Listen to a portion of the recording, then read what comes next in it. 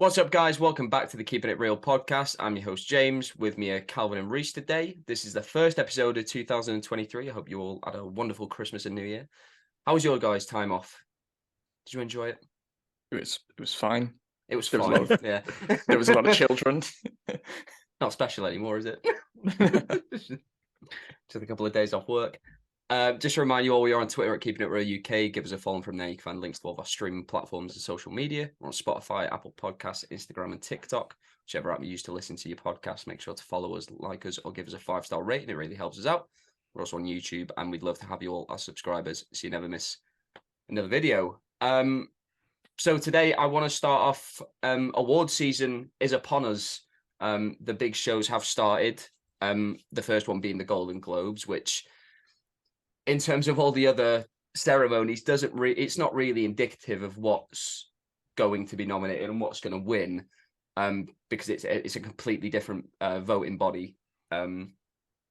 It's the Hollywood Foreign Press, and the past has shown that the HFPA will just nominate films and actors just so they'll show up at the ceremonies. But in the past, nominating like Johnny Depp for The Tourist and stuff. Just because Is this just the Golden Globes?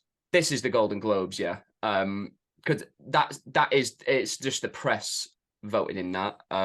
It's not members of the Academy, so your actors, your directors, your producers. Yeah. How have you got a Creed 3 poster? Bosh. Got it work, man. Knows a guy. They ordered the wrong size. You already love it. Like, he just watches over me while I sleep. I have woken up a couple of times and just made eye contact with Michael B. Jordan. And it's kind of freaked me out, but I'm used to him now. Me and Chris actually thought we were being haunted last night, and I said that he's either going to watch over me, or he's going to scare the fuck out of me. Because my Xbox just turned on randomly at one point. Didn't go near it sometimes. Yeah, freaked me out.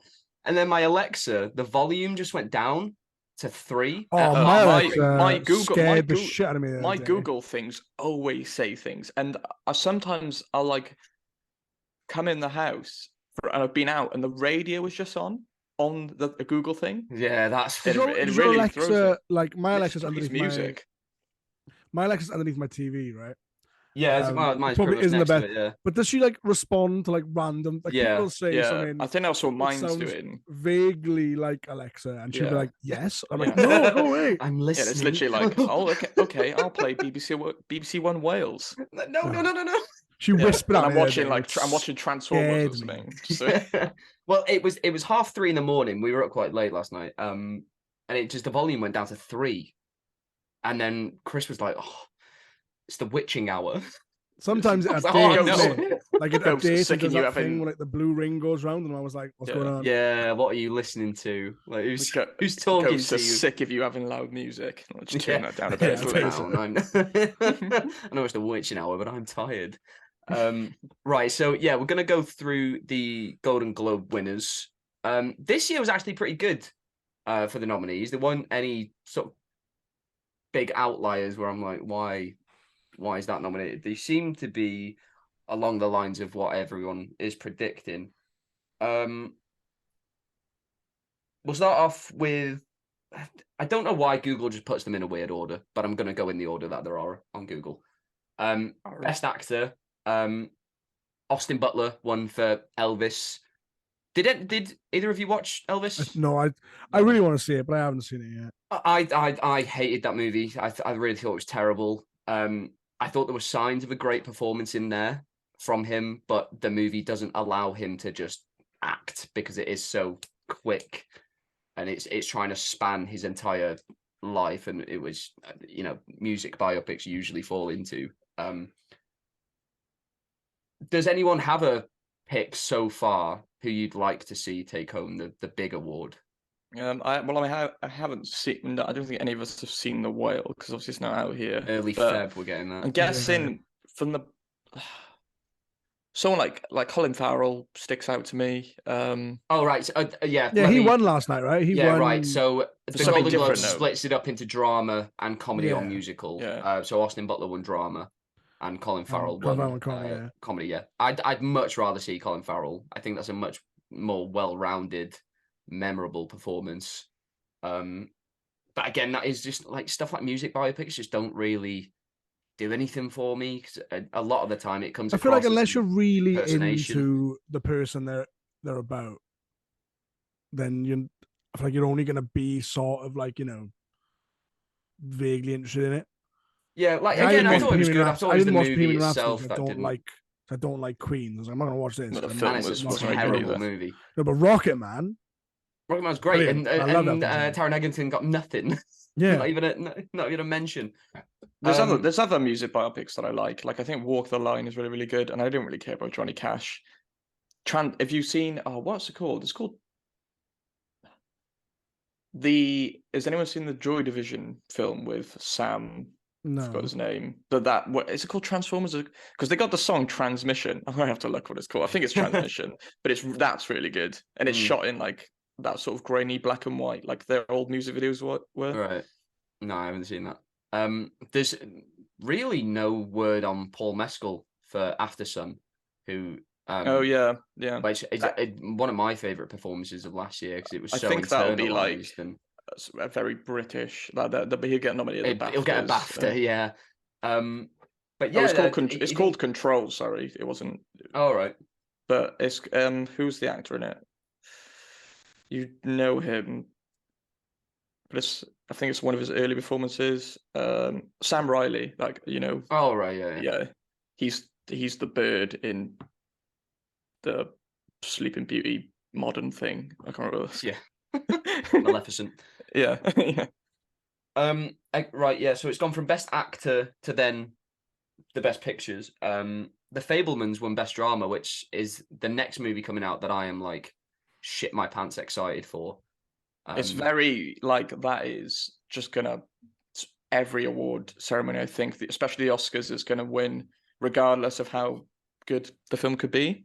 It's Spielberg, isn't it? Like I was thinking earlier, actually, like you think you'll love this film because it's like a love letter to cinema. Have you seen the Italian film Cinema Paradiso? No, I've never watched it. You need to watch it because I reckon you'd be all over it. It's the same sort of thing, like a love letter, like a really sentimental love letter. I literally I just like YouTube the trailer again yesterday. I was like, I haven't seen the trailer. Beautiful. I'm trying to watch less trailers. Yeah, I've tried this. I saw the initial trailer to the. I watched you did the Ant-Man reaction, and I watched it earlier on in the day, and I was like, well, that's just I could call all of this film. Yeah, I just know how that movie's gonna go and it's gonna end. Yeah, trailers are too long now, and I think. Yeah, they're pushing 3 minutes.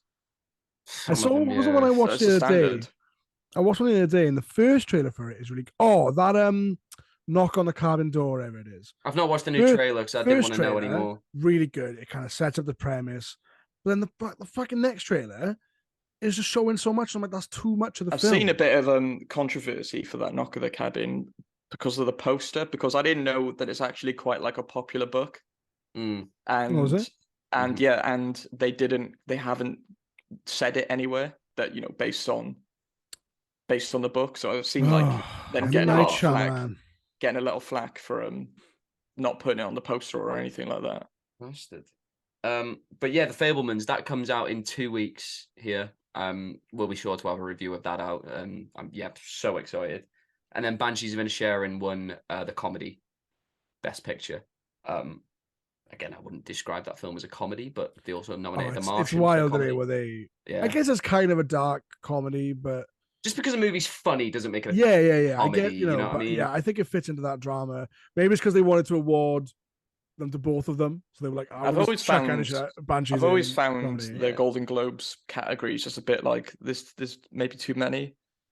Yeah, because then they wasn't the Golden Globes the book Get because Out? I do think if you win, maybe people generally just day to day don't appreciate comedy as much as drama. That's just a fact. So when someone wins for a comedy or a film wins for comedy, like the lesser award. Yeah, people look at it being like, oh, that's probably not as good as like it's sort of like it's them. They're not saying that they think Austin Butler's performance is better than Colin Farrell's, but most across people that way a bit. Yeah. Actress in a comedy, Michelle Yeoh for Everything Everywhere. big night for that movie. I rewatched that again today. I enjoyed it even more a second time. Just so moving. Like again, I was in, I was laughing 1 second, and then by the end, I was in tears again.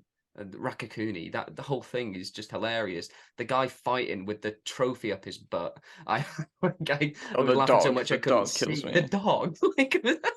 It's great. It's so outrageous. It's so good. But yeah, I really think I think it's her and Cate Blanchett, the front runners for the Oscar. Cate Blanchett will probably get it. She won Best Actress for Drama. That film just at the Oscars. That film screams screams it. Yeah. Is anyone going to go see Tar this week? It's out on Friday. I'm going to go watch it. I want to see it, but do I want to go there? It's 2 hours and 40 minutes long. Is it? Jesus Christ! Long movie. Yeah, I'm looking forward to it though. I only noticed today how long that Whitney Houston biopic is. It's like 2.5 hours. Yeah, I sat in it for 2 minutes and I left. I decided I couldn't do it. I just don't like when they don't sing. Well, like obviously you're not going to get someone as good as Whitney, right? You're probably not going to do that. But there's people out there who are like musical performers. Go and find them. Don't just find some actors. We can accept that an actor isn't going to be fully replicate. Yeah. She doesn't even look like Whitney Houston, though. Is that a film that's going over like basically her entire career? Yeah, I think it is. Like a snapshot is better, and you know what you're working with. I think the best you get more into a character because people change over like really time. Yeah, I think the best movie to do that sort of to do a biopic was the Steve Jobs, Danny Boyle, Michael Fassbender film. That because it's not doing. I mean, it does jump around timelines. That's it. But it's random. It's like but they pick it. It's 3 big launches for Steve Jobs, and it's the 45 minutes behind the stage. Yeah, and in there you squeeze in so much story and so much character, and what an interesting way to do a biopic as opposed to the other Steve Jobs movie that came out, which was Christopher Nolan was probably seething when he saw Danny Boyle's doing that. So you can't do this. This is my time. Yeah. Again, right now it's jumped to drama TV series, which went to House of the Dragon. Yeah, no, well deserved. Good show. Yeah, Colin Farrell for comedy. Supporting actress Angela Bassett for Black Panther. Yeah, I agree. Which her performance on that is who else was insane. Who else was nominated? Dolly De Leon for Triangle of Sadness. She was incredible. Carey Mulligan and She Said, very good. Kerry Condon, Banshees of Inisherin, who's my pick, and then Jamie Lee. I would have gone for that one. I think Stephanie Hsu from Everything Everywhere should get a looking over Jamie Lee. I don't think the performance like over the woman from Banshees of Inisherin. Angela Bassett's character is just people like to favor like what do they think's good acting is usually this huge big bombastic gestures, which it is in that she's so loud, which is not, but I tend to lean more to more of an internalized. Yeah, I do agree with you. I think the subtleties. People do see good acting as like I think but I do think Angela Bassett is great. It's going to be if she gets nominated for the Oscar, it's going to be one hell of an Oscars clip. If you've ever seen, I have given everything. If you've ever seen any best acting like compilations, they were always quiet or shouting. I seen the one where it's like what is it? Daniel Day-Lewis was like, "I've abandoned my boy," and then Adam Driver in Marriage Story. And then that one, is it Prisoners with Hugh Jackman where he like smashes the sink and he's like shouting at him. They'll always have though. Or they always have the speech from Network. You know, like I'm mad as hell. I'm not going to take it anymore. Next, we go to supporting actor Ke Huy Quan. What a story! Beautiful speech he gave. I haven't seen. Oh, I watched the speech. It got a tear. I saw him and Brendan Fraser did like a thing, didn't they? A video saying "We're still here." Table, beautiful. Yeah, that was one of the best roundtables they've done in years. But yeah, how amazing would that be if he won the Oscar? I think he couldn't get work for about 20 years. He decided to take a break from acting and work behind the camera, and then this comes to him, and he's back. I don't, you know, he was on Josh Horowitz's podcast, and he asked him, he was like, "Would you do a short round like TV show for Disney Plus?" He was like, "Absolutely." I can't imagine that they're not thinking about it. Do you think he's going to show up in the new Indiana Jones? No, he's in Loki season 2, so he's He in is, that yeah, family now. Yeah. Is he going to be Loki? He's going to be a different Loki. No, he's working at he's an employee at the TVA. He's one of the I think he like works in the basement or yeah. But yeah, again, I watched that movie again today. Just brilliant performances. He better batter people in that with a fanny pack. Yeah, please. Animated feature went to Pinocchio. Has anyone watched Pinocchio yet? I still haven't. I'm not gonna lie, that animation style freaks me out. I can't do it, man.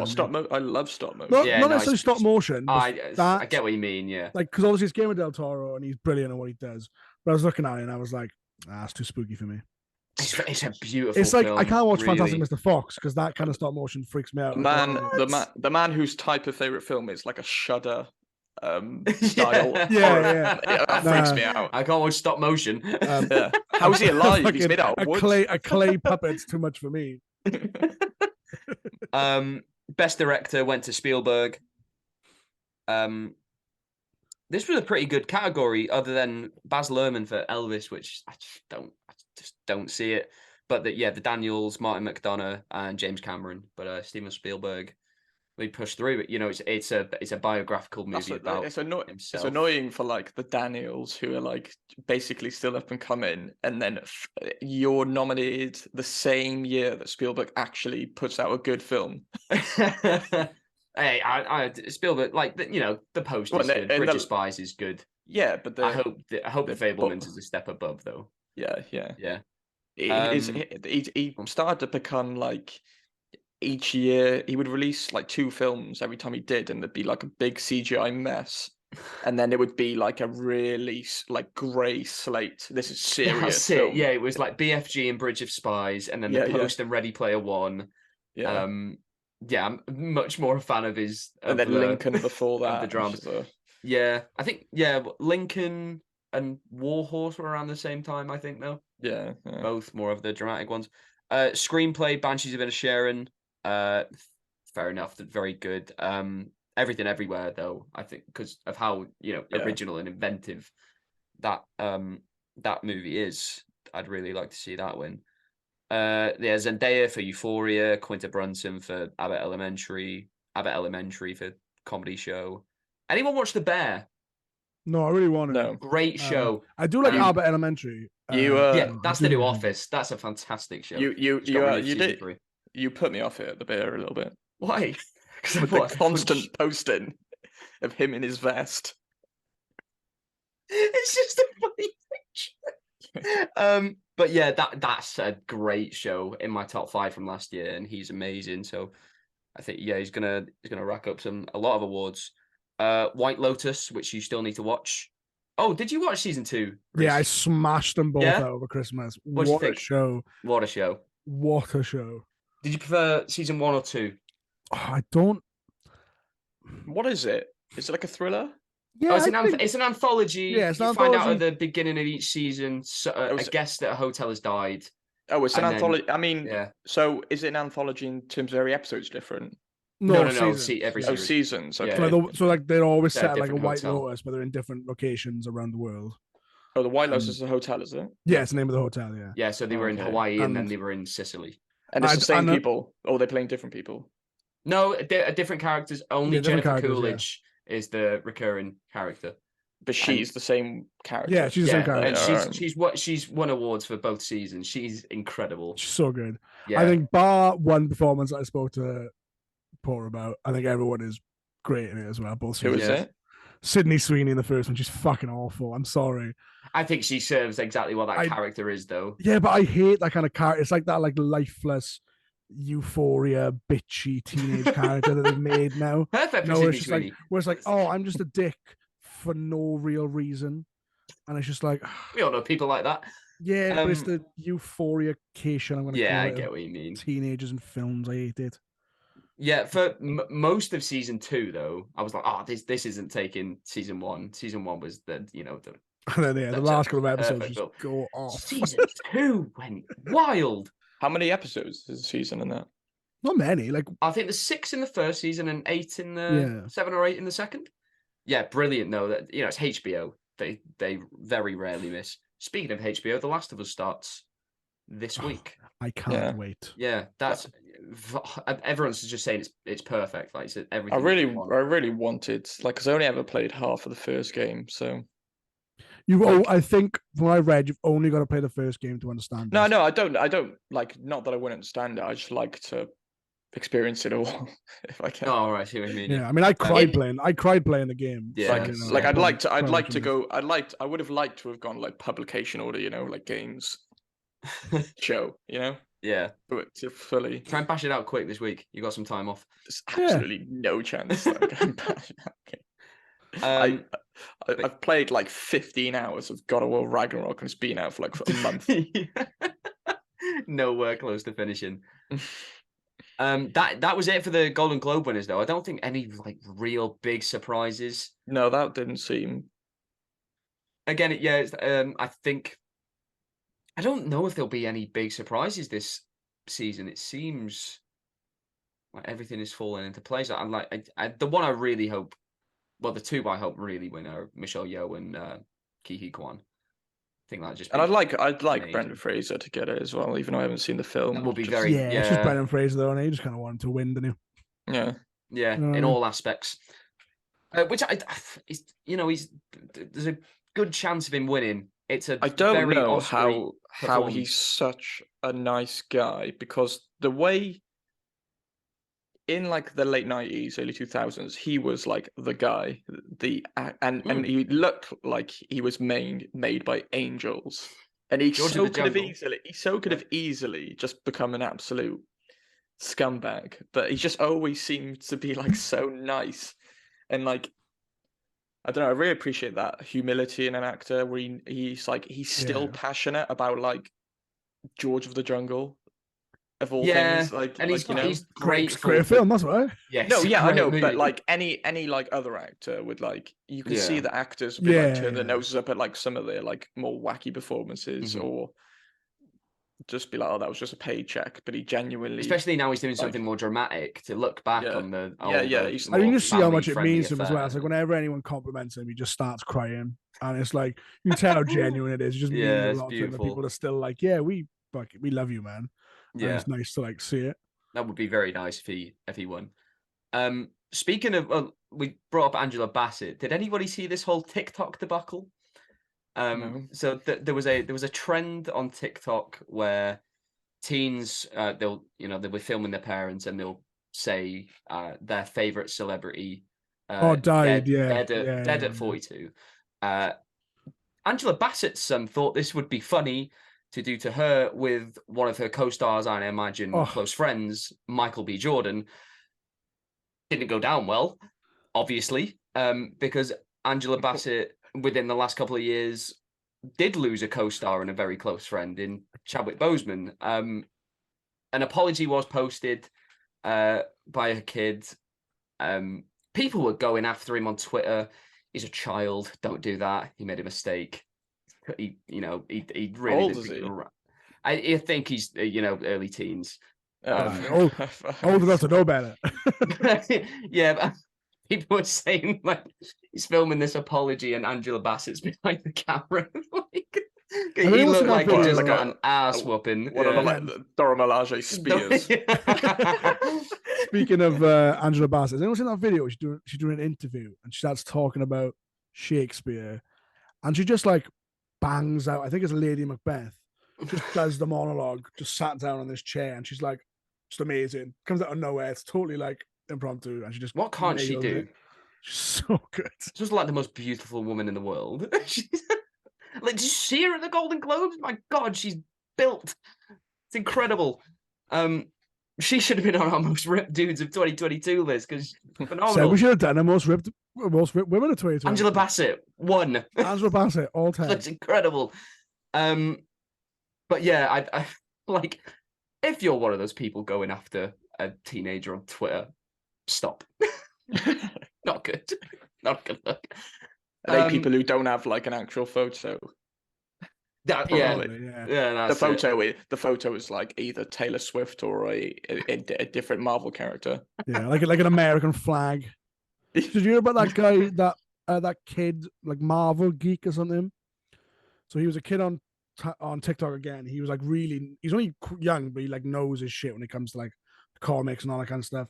And he was making it quite big. And then another TikToker who was also big on Marvel promoted him, and he's like one of the big Marvel TikTokers. This kid got loads of followers, and then people who don't like the other guy started reporting him, and he got his account banned 4 times just because like these people who didn't like this guy who was promoting him kept reporting his account.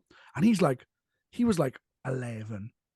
He just wants to do like fun little videos about comic book characters. Yeah. I really try and stay away from that side of Twitter where it's toxic anonymous people just going crazy about like MCU movies. It's like, or like a celebrity said they didn't like this thing in 2010 and they're like just completely going at them. Like Twitter is a great platform if you want to put your opinion out there and have some fun and have a discussion, have a debate, but none of it matters. And if you want more thoughts on Twitter, check out our other podcast where we talk about how much we hate Twitter.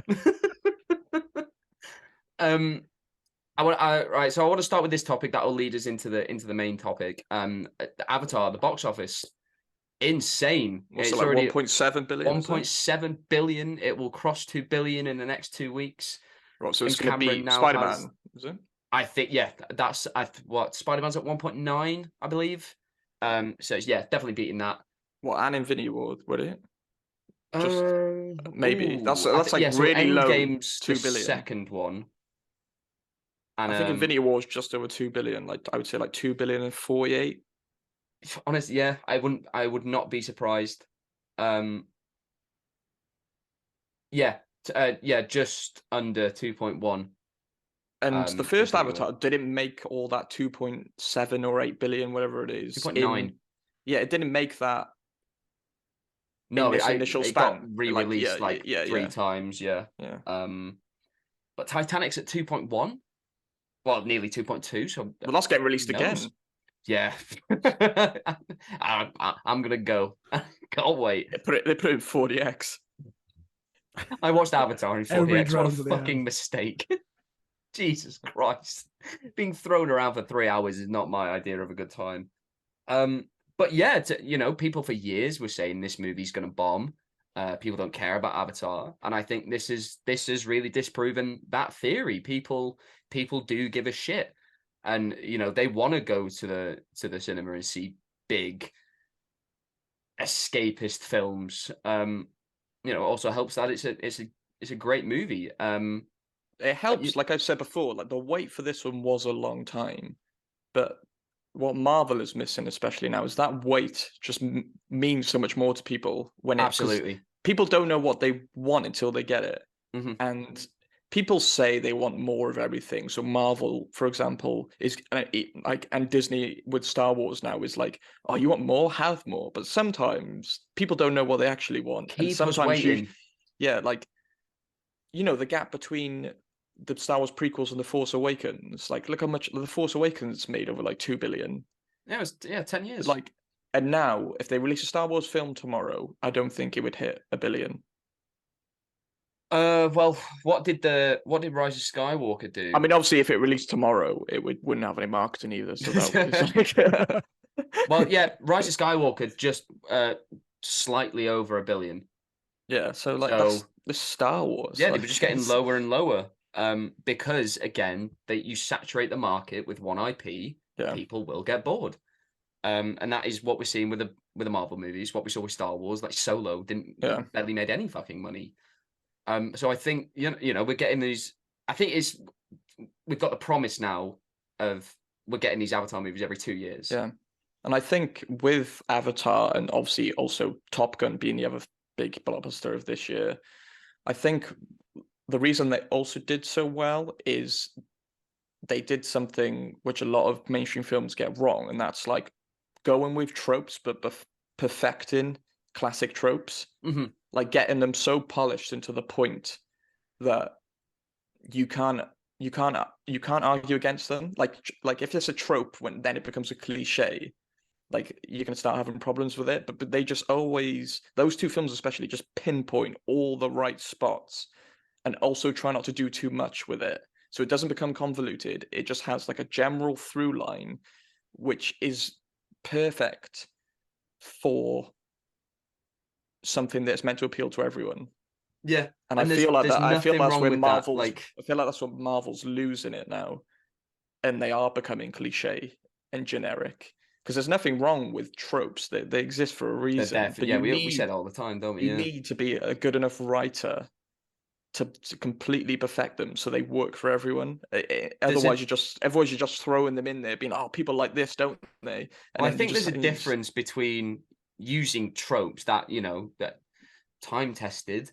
They're tropes for a reason because they work, and then there's just becoming formulaic, which will lead this into our main topic for today. Is because of how good the blockbusters in 2022 were, like, do we deserve more from these movies? Like, we got 3 Marvel movies last year. None of them made it into my top 25. That because I enjoyed them at the time. 2 weeks later, yeah, it was all right. It was fun.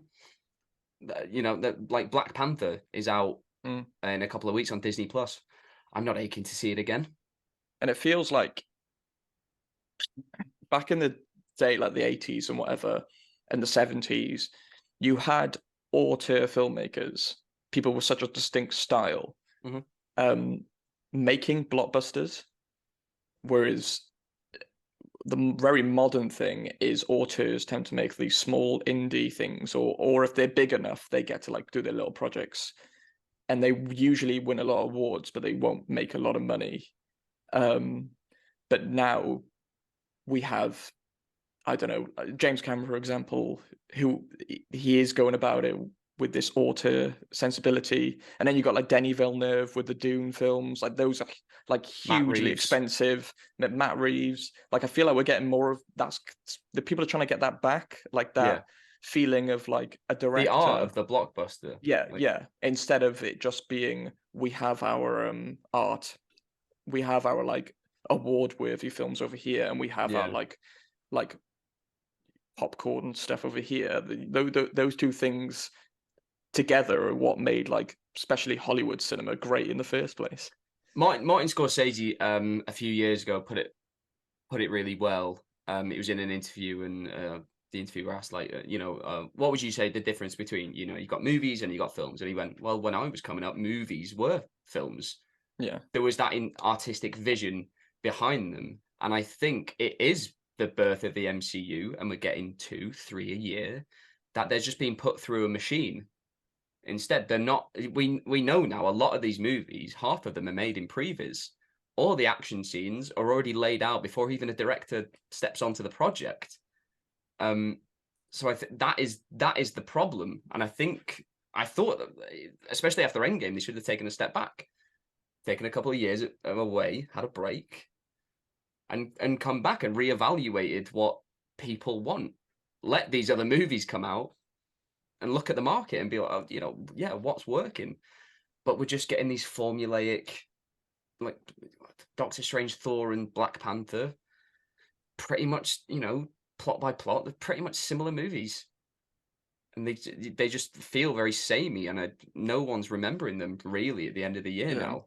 And the stories that they could adapt from the comics, those stories tend to push it way further in terms of what they're trying to, like, I don't know if they have a message. They tend to push it further in the sense of like weirdness, which I always feel like the MCU just sort of wants to do it, but just is like, oh, this is meant to be like, because obviously comics were like a niche thing for a long time. So they could afford to take these risks and have these more like artists. Is that it then? Is it, if it a huge conglomerate sort of enterprise owns this thing and it's made so much money over the last 10 years, is that now like dampening their creative I think freedom? a lot Because of in it there, is like, because we need to make this money. If we make things too weird, or we make things we're not going to get returned, that sort of question a little bit more.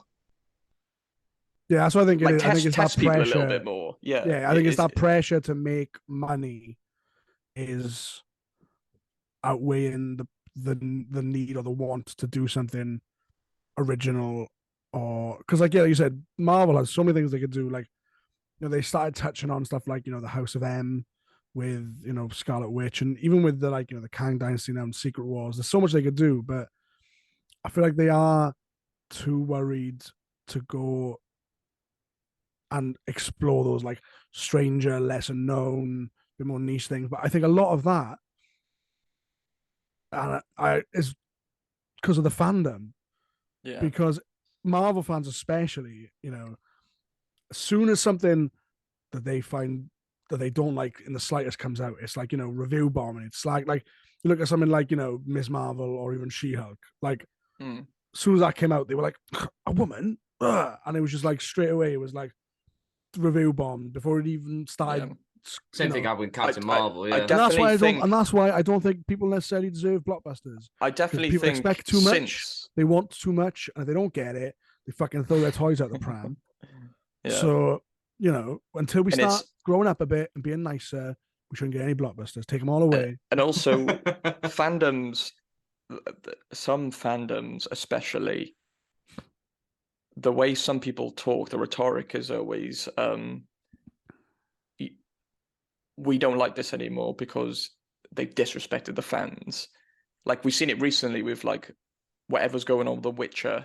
Everything is like, oh, they're the writers, oh, they're all evil. They're just there to disrespect the fans. And that all stemmed from the Star Wars sequels. So I feel like we're just in that space now. And I don't know when it'll end. It'll probably end in like 10 years' time, where it's always been there, but because of the internet now, it just seems so much louder.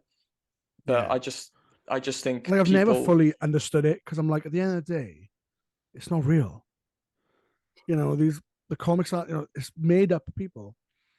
Yeah. Like, I can understand that people, like, when the people feel super close to something, because it might mean something to them in hundreds of different ways. But I just don't understand then this blind attacking of everything. Like, there's certain people out there who have now taken like a weird vow that they're never going to watch anything Star Wars. And I saw them online, and I know some of them, and be like, Andor is amazing. Like, it's such good TV, just in the sense of not being Star Wars, but it still feels Star Wars. And then they're like, no, I'm done with Disney. I'm not watching it anymore. But I'm like, you're still angry. You say you're done with them, but you're always angry about them. And now you're depriving yourself of something that you love. So like, yeah, it just doesn't make any sense to me. Yeah, I think a lot of the problems have come because people have their own ideas of what should be in these movies and what they want and what they expect, and all these YouTube channels with their theories, and pointing out Easter eggs in trailers. So people go in expecting what they've seen online, and then when it isn't that, they feel personally offended. But yeah, like, they're not looking at it as a movie. They're looking at it as a checklist. Yeah, I think we spoke about this during Doctor Strange, because obviously everyone was like, "There's gonna be this cameo, there's gonna be that cameo," and there was pure speculation. Then you go into the film, you don't get all the cameos, and you're like, "Well, that was rubbish. I didn't get every single thing that I wanted." Because everyone goes into the film. Yeah, what I think is everyone goes into a film, right, thinking this film is for me specifically. This film should do everything I want it to do. Doesn't matter that there's gonna be millions of billions of people all around the world going to watch it. This film is for me, and if they don't get exactly what they want, there's a lot of people out there who can't look past that. But you can't change. You can't change that way of thinking that much, because you are only one person. But at the same time, people need to sort of rationalize, especially if it's like adapted material, like most of the MCU is. You can still go read the comic, sure, you love so much. Yeah, that's all there. I find it the same with like books, especially with all the fantasy adaptations we get in. Like, people are like, oh, Rings of Power, they've spat on Tolkien's grave, and I'm like, Jesus Christ, you can just go and read the books. Yeah, like they haven't gone anywhere. Like people aren't like Amazon. Jeff Bezos isn't burning every Lord of the Rings book he can find. Yeah, it's a separate piece of art, and what works in one medium might not necessarily translate over perfectly to another. And it doesn't. Yeah, but different. A lot of people don't understand that, and yeah, they go in with their checklist and go, oh well, it didn't include that, didn't include that, didn't include that. It's a failure. Yeah, Which, like I said, Doctor Strange is the perfect example of that. I said it as a joke to you yesterday, Paul. But if there's people out there who complain about films, if you think you can do something better, go fucking write something better. You know what I mean? I don't know about that though, because I definitely think you can still critique things without knowing how to do it. People who are like, "This is the fucking worst thing I've ever seen." Yeah. If people come at it without actually saying anything, you can go and post. You can go post things online now. There's like fucking fan fan fiction things. Go fucking write one of them, and maybe it'll get picked up. It happens. It's also usually terrible films, but. And usually a lot of people are co-opting like certain ideas about if they don't like something, it's because we've still got like it's woke and those sort of arguments, which I've never like taken very seriously, to be honest. I don't think there's an agenda in Hollywood to force representation onto people. I think it's a necessity to have more representation. Like, yeah, like why should it only be straight white men that are represented? Yeah, like why can't a woman be the lead? There should be an agenda to have more of that. Like, exactly. Yeah, people come at it as a negative. Yeah, that is a positive. Yeah. I've only ever seen it as a positive, and I've never understood that mentality. It is weird that people have co-opted that argument now to become something negative. Yeah, like why doesn't everybody deserve to see themselves up there? Yeah, but people don't have that because that's not me up there, so that's not valid. Yeah. And you mentioned Doctor Strange and all the cameos and stuff. As much as I loved Spider-Man No Way Home, I think it's terrible news for like movies like this and the MCU, because they saw like, oh, we brought back these two like legacy actors and characters. That's what people want. Yeah. So I think when we get Secret Wars, wait till we get all the actors who've played the Hulk. I know that's going to happen. They're going to do it. What's Eric Bana doing these days? I know, but he's been asked and he was like, "No, like I don't want to do that." But I guess if they dump a load of money in front of him, yeah. For them, I just really think it's going to happen. I don't think people have the affinity for those Hulk actors that they did for Spider-Man, though. They'll do the Quicksilver thing and just call him like a dick joke or something. Derek Pussy, like. I thought he was the vagina. Hulk. No. It's Derek Pussy. Derek Pussy. So yeah, we've discussed it before, Calvin, but I think when we get to Secret Wars, it's going to be numbing. Yeah. Where there's 30 actors who've played iconic superheroes before, and there's going to be very little story. And what they've shot themselves in the foot, because Kang controls time. And what did they do in Endgame? They time traveled, so they've already used that. Well, yeah, I think instead of them going through like time in their own universe, like Secret Wars is they're going to like different universes, and they're gonna. But it'll be on the same street in New York. They're gonna grab Michael Chiklis from 2006 and bring him into Secret Wars, and Nicolas Cage will be there with his head on fire, and I'm just I don't care anymore. And again, Ewan Grufford and stuff, and Chris Evans again as the Human. And I'll say, if Ewan Grufford popped out of that square in Doctor Strange, I would have clapped, but it was John Krasinski. So yeah, like in the moment in Secret Wars when they're all coming out of portals or whatever the fuck, I'll probably be like, fuck yeah, and then they didn't even really change how John Krasinski looked. They gave him like a tiny bit of. Did they even give him that? Did he have the grey? I think they did a little bit. He looked like he just turned up on the day with like, it's your suit. wrapped him up. We're going in Jack 5. Ryan. Yeah. Put this blue costume on. No, that's the thing. He's not even wearing a costume. That was all mocap. Yeah. No, it's God, I definitely hate CGI. Yeah. So I reckon he 100%. just turned up. Like, it didn't even look like they were actually together. You did a Zoom. Elizabeth Olsen said she'd never met him. This. Because they put Elizabeth Olsen did one of those like Vanity Fair lie detector tests, and they put a picture of John Krasinski in front of her and said, "Is this the smartest man alive?" or something along those lines. She went, "Well, I have no idea. I've never met him." They were like, "You were in a movie with him," and she was like, like she hadn't even watched Doctor Strange at that point. She was like, "Oh, right, yeah, of course." So yeah, I mean, we'll see over the next few years. I don't think anything's going to change. Like, after Avatar came out in 2009, I think we all wanted this surge of new original IP. But it also happened to be around the same time that Iron Man came out. And that just... we got Avatar and John Wick is the only two that sort of stuck. I feel like I don't know what other big mainstream IPs have stuck in the last 10, 15 years. Well, yeah, I said this during our review, but Avatar is the first thing I can think of since Star Wars, which is this like fully like original. It's deep. The world feels lived in. There's nothing else along those lines. Yeah, I mean, and it also makes like the first Avatar especially made like had a cultural impact. Like everyone was dressing up as Na'vi.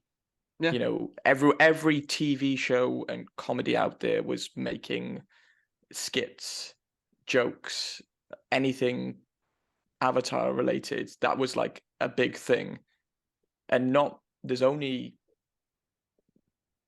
every like 20 years maybe something actually gets that level of cultural impact. Do you think, but apparently, go on, Rhys. Now that it's coming out every 2 years and there's not, do you think it'll keep doing these bigger numbers? Absolutely. Or do you think people will get a bit? Because I think they're going to be good. I haven't seen majorly anyone I know be like overly negative about the film. There's like most people have generally like loved it, liked it, or just been like bad fun. But yeah, Jack wasn't on our review, but we went to go see it the other day, and at the end, he wasn't excited for this movie at all. He didn't care for Avatar, and at the end, he looked at me, and went, "Okay, I'm in." Like he's you know what? Because I'll probably keep going because I'm adamant I'm going to find one that I enjoy. I want to watch at least one of these films and finish it and go, "Yeah, that was great." I'm going to find one. Well, the story was that James Cameron, like, obviously sends the script to Fox, now Disney now, I guess, but they had notes for Avatar 2, they had less notes for Avatar 3, and then Avatar 4 they just sent back holy shit. So yeah, that is like such a PR stunt, though, isn't it? Nah, I believe him. Yeah. I believe him. And yeah, I'm so excited. I think in 10 years, when all this is over, we're gonna look back at it and be like, "Just be like, wow. Quaritch is gonna snap his fingers." Be like, "I am inevitable." Half the Na'vi will disappear. Again, yeah, it's character. Like, I don't really give a shit what Ant-Man's doing, but I can't wait to see where Quaritch goes. I can't wait to see the arc of that character.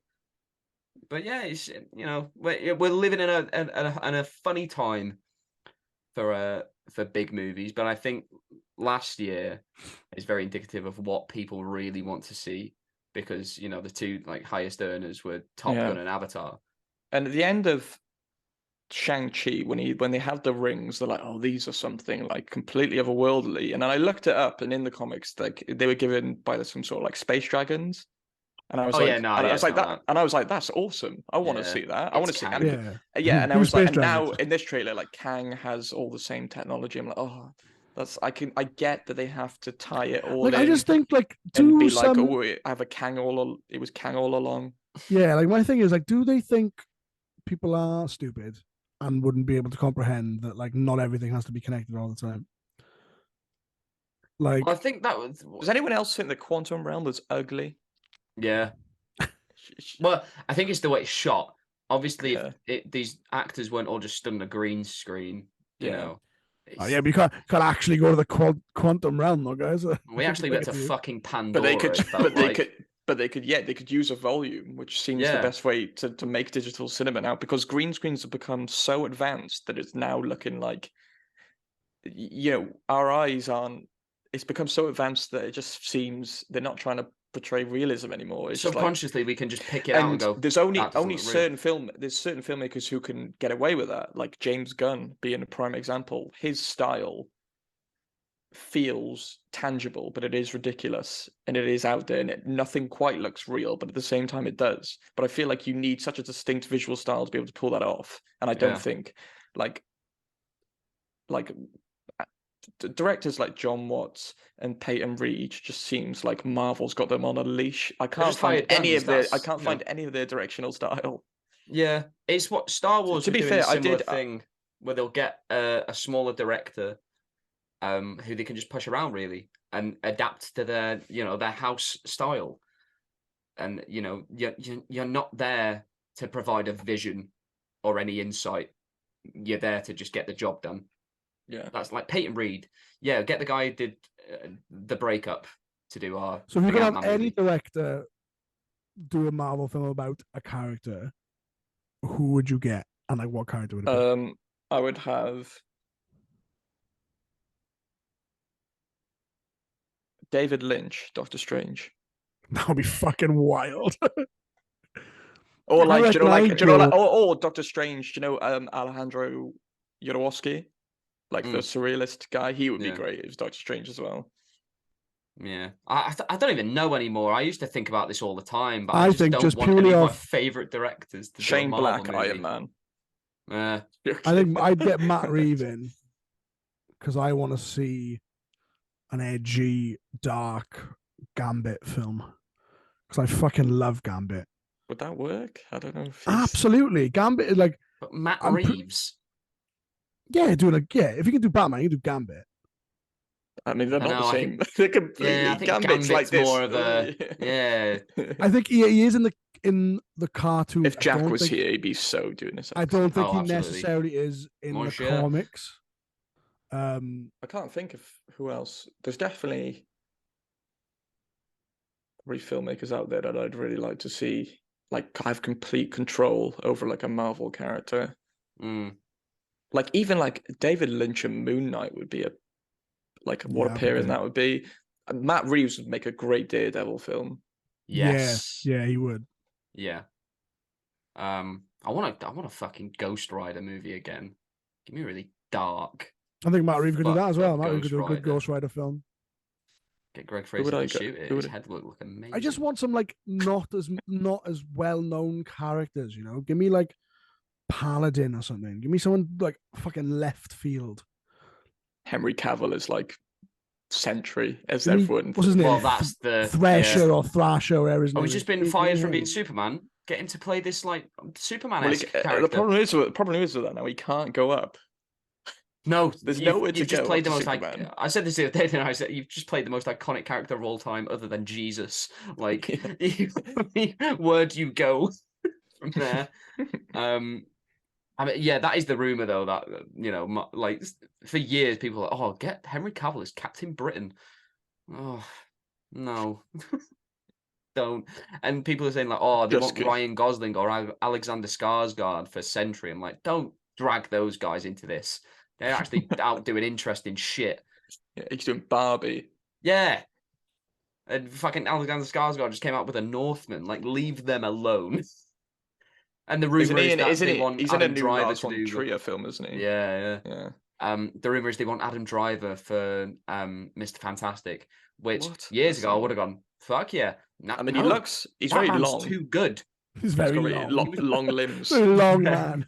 He doesn't even need to do any CG. Wouldn't need CGI. Just do it. You can do that, right, Adam? Yep. Right. Anyway, yeah. Just screaming more as he's stretching. They're stretching his arms. But no, he was too good for Star Wars, so I thought he's way too good to do fucking Fantastic Four. Anyway, Rhys, you have provided us with a 2022 movie quiz. I tried to do films that. How many questions is it? 10, but we'll fly through because there's less of you. I tried to do films that we've all seen. Emotional. I didn't do horror films because Jack's just scared little boy. And I tried not to do Marvel films because obviously you can't even listen to this. Yeah. All right. I don't want to do Marvel films because I don't want to trigger your guys' Marvel exhaustion. Because you should have done it. That'd be easy. Because we know that we've come to know that you guys like newer niche franchises like Avatar and Top Gun. Niche. I thought you said Nietzsche at first. Nietzsche. Yeah, Nietzsche. Yeah. Heavily inspired Top Gun Maverick. So the first question, I only put this in because I watched this film like 2 days ago. How are we doing this? Are we saying our names as buzzers? Yeah, your name is buzzers. Okay. Yeah, you know the deal. All right, I just wanted to make sure. So name, you can get 3 points straight off the bat with this question. Oh. Well, name the 3 ingredients of Tyler's bullshit in the menu. Oh fuck. So I watched this film again the other day, and it's so good. I saw an article saying, "Oh, the menu." People are saying it's the best movie they've ever seen. It's like, watch more movies. It's very good. Hey, it's up there. Calvin, man. Yeah, Calvin, go on. Is one of them butter? That's one of the aspects of one of the ingredients. Yeah. Is that enough? Can I just do butter? Aspects of lamb. Lamb is one of them. Okay, lamb. Well, you didn't buzz in, so James Lamb. James. It's kind of harsh because the third ingredient. The third ingredient is not a food. Okay. So tell you what, you both have a half. Butter, lamb, and rosemary. You can both have half a point for that one. So the ingredients are undercooked lamb. Right. Inedible shallot leek butter sauce. I was going to say shallots. I wanted to say shallots, but and then the third one is utter lack of cohesion. That's the third ingredient. I loved in the menu when they'd come up with the. I love it. Yeah, then they divided the punchlines. Tyler's. I watched it the other day, and I just love the like the hostesses thing where she's tortillas. Yeah, these are tortillas. Delicioso. Tortillas muy delicioso. Hong Chow. She's gonna get nominated for the Whale, but she was also great in the menu. So one film had 100% rating on Rotten Tomatoes last year. What was it? Calvin. Calvin? Oh, I've just forgotten now. James. I'll give Calvin a second. I'm just gonna go with something random now. Like I was going for everything everywhere, and I don't think it is. No, it's not. I've never thought something else now. Can I go? Yeah. Marcel the Shell with shoes on? No. Ooh. That was third, I think. 97. Okay. Hold on. I've never heard of this film. Oh, come on, man. This was the hardest. My quiz was much easier. It gets easier after this, I promise. It's not Puss in Boots. No. It was something you've never heard of. Yeah, I forgot about that bit. Puss in Boots? Puss in what? So it was called No Bears. Right, no. Okay. What's that a question? That's a question, yeah. What is this? We have to get points on this quiz, I felt like Rhys. that was something you two would have randomly have looked up at some point. Rotten Tomato ratings. No. No, I only search bears. I never search no bears. No bears. I want bears. I want bears. I want more bears, if anything. So the third question is, we all remember Will Smith's Oscar incident, but what did Chris Rock call Jada that provoked Will? Yeah. G.I. Jane. Yeah, that's right. That's supposed to be like bold. Bold. Professor X. That'd be funnier. So the next question is, we all know the highest grossing film of 2022. We all know the second highest grossing film of 2022. What was the third highest grossing film of 2022? Calvin. James. Calvin? No. The Batman? No. Doctor Strange? No. Calvin? Yeah. Black Panther? No, I will say this. It does not deserve to be there. But it's there. Calvin? Thor? No. What's going on? Worse. Worse? Oh, Jurassic World Dominion. It was Jurassic World Dominion. It made $1,000,978,000. Surprisingly, it just dollars. Like came out of nowhere. Nobody was talking about it, but obviously Jurassic Park, so everyone goes to see it. It's crazy. Next question. What was the last song Elvis sang in the biopic by Baz Luhrmann? Well, I didn't see the film. I thought you'd seen it, to be honest. Calvin, Suspicious Minds. You know what? I asked Kaz this earlier, and she said the same song. No. Not that, though.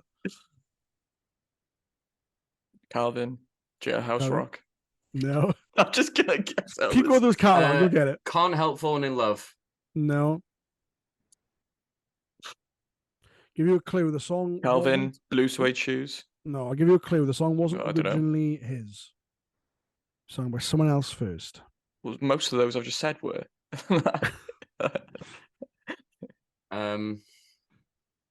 Oh, WAP.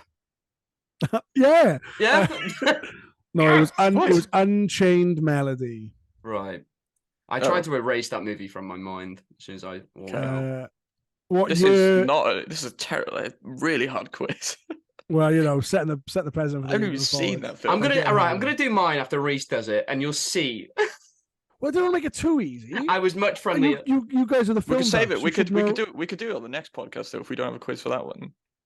Could do. Yeah. What year is the Banshees of Inisherin set in? Calvin. 1923. Yes. Oh, there we go. Look at that. That's only because I know when the Irish Civil War was. Yeah, what is the name of the blade that Amleth fights the Ancient One for in the Northman? Oh, come on, Calvin.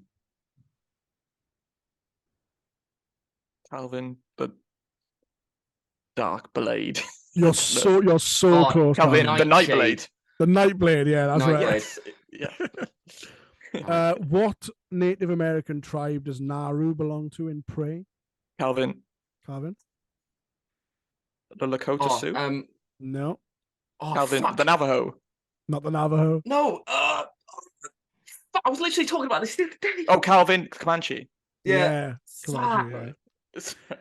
This is one. I was going to do them all then. This is the easiest one. What do his people call Namo in Black Panther? Who? James. Who? No, I don't understand the question. What do people call Namo in Black Panther? James. Kukulkan. Oh, I was saying Namo. Namo. It's Namo.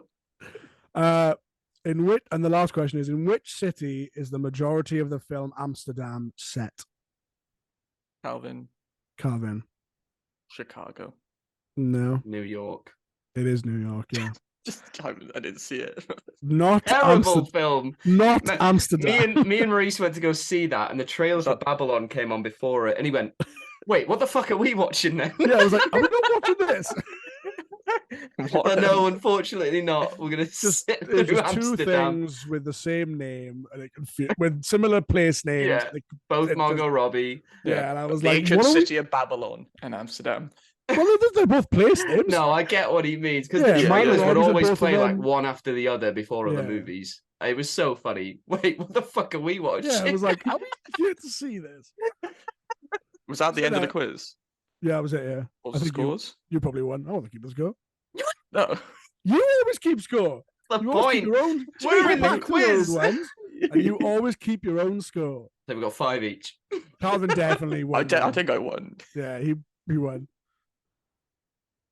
Oh, I'll make it easier next time. I'll ask who the main character's scream is next time. Okay. Is it Billy? Just Billy. I can't. Sam. Her name was Sam, I think. Are you just talking about Ghostface?